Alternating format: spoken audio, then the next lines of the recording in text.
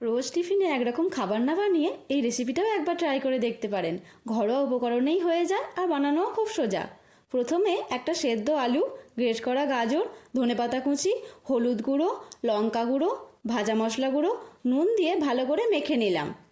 এবার একটা আটার ডো নিয়ে নিলাম। আপনারা চাইলে এটা ময়দারও নিতে পারেন। এবার এটা বেলে নিলাম। তারপর বানিয়ে রাখা পুরটা দিয়ে দিলাম। এরপর ছুরি করে এইভাবে কেটে নিলাম। তারপর এইভাবে রোল করে নিলাম। এবার হাতের সাহায্যে চেপে চেপে বানিয়ে নিলাম। এবার লাস্ট স্টেপ, প্যানে তেল গরম করে একে একে সবকটা দিয়ে দিলাম।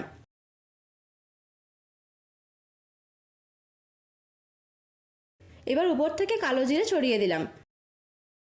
তারপর উল্টে পাল্টে ভেজে সসের সঙ্গে পরিবেশন করলাম।